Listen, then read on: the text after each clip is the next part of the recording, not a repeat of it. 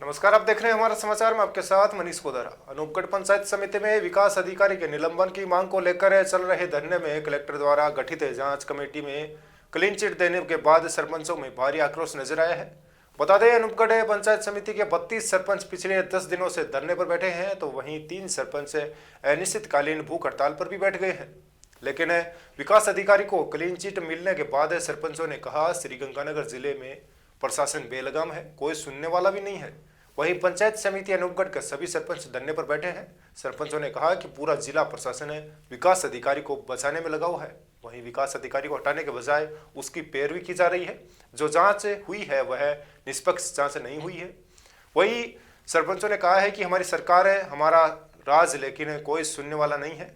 और तो और हमारे श्रीगंगानगर विधानसभा के विधायक जयदीप बिहानी और कलेक्टर एसडीएम के साथ तू तड़ाका का प्रशासन ऐसा रवैया देख लग रहा है जब सत्ता पक्ष के विधायक का ही ये हाल है। सरेआम विकास अधिकारी भ्रष्टाचार का खेल खेल रहे हैं, लेकिन कोई कार्रवाई नहीं हुई है। वहीं सरपंच संघ के अध्यक्ष एल सिडाबला ने कहा कि पंचायत समिति अनूपगढ़ में कमीशन और भ्रष्टाचार का बड़ा खुलासा करते हुए कहा है कि सरपंचों के हालात बहुत ज्यादा खराब है। नरेगा की 3 सालों का पेमेंट अभी तक नहीं आया है। सरपंचों को काम करवाने के लिए 15% तक कमीशन देना पड़ता है। पंचायत समितियों में ऊपर से सीधे नीचे तक 15% कमीशन देना पड़ता है। वहीं कमीशन देना हमारी मजबूरी है, अगर कमीशन ना दे तो कोई काम नहीं होते। वहीं जनता ने हमें सरपंच चुना है, इसलिए विकास और जनता के हित में हमें मजबूरी में सब कुछ करना पड़ता है। और इस मजबूरी में सरपंचों की बकरियां तक बिक चुकी हैं।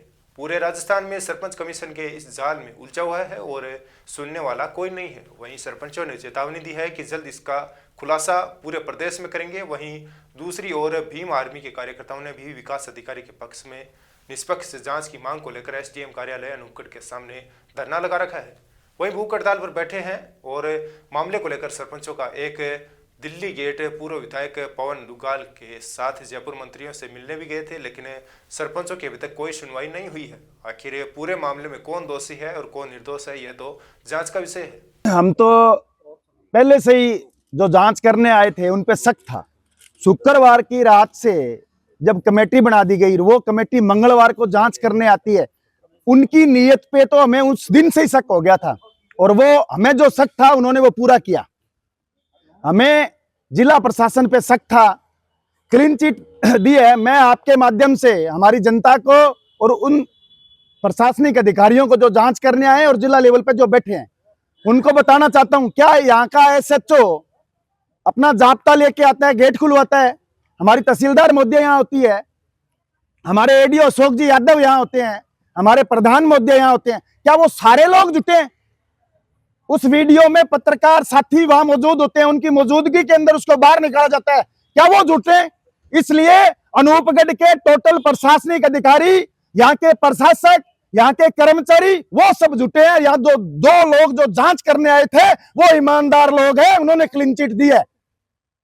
हमें इनके खिलाफ, पहले वीडियो के खिलाफ लड़ रहे थे, अब जो जांच कर रहे हैं उनके खिलाफ हम वापिस सीएम के पास जाएंगे और उनकी शिकायत करेंगे कि ये लोग इस गंगानगर जिले में अनूपगढ़ की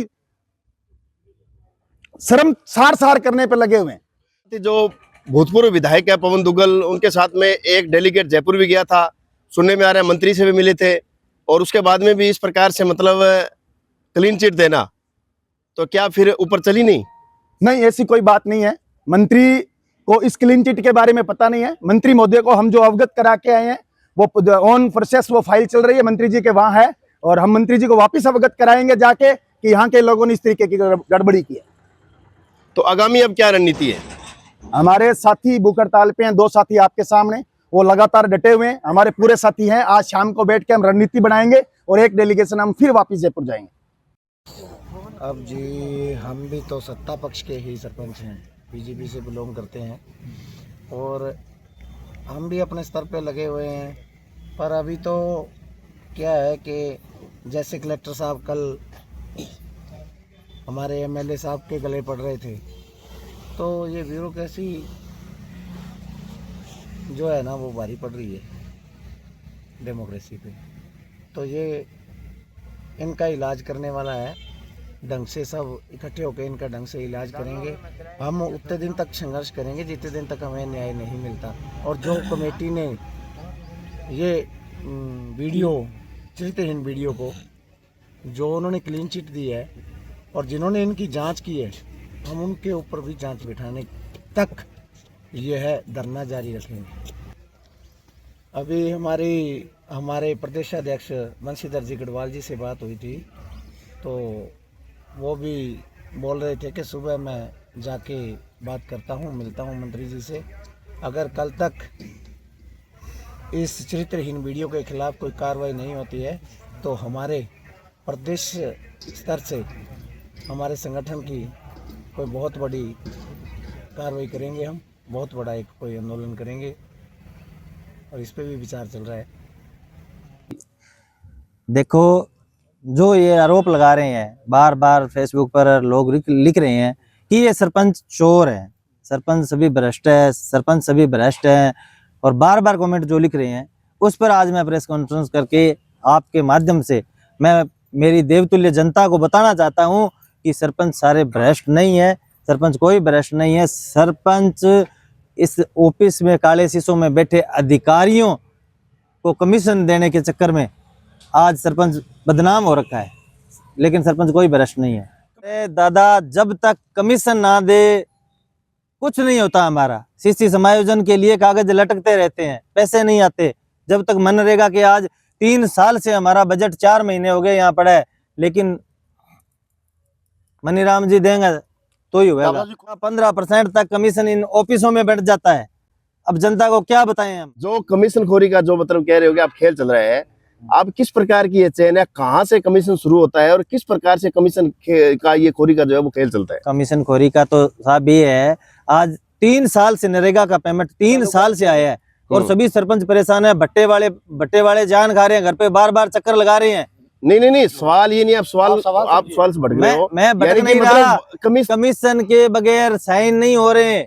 यहाँ अनूपगढ़ में 4 महीने वीडियो साइन नहीं कर रहा। साहब आप ये बताइए, क्या इस कमीशन बेस के खेल में प्रधान राधा गोपाल डागला भी शामिल है? नहीं है, राधा गोपाल डागला नहीं है शामिल।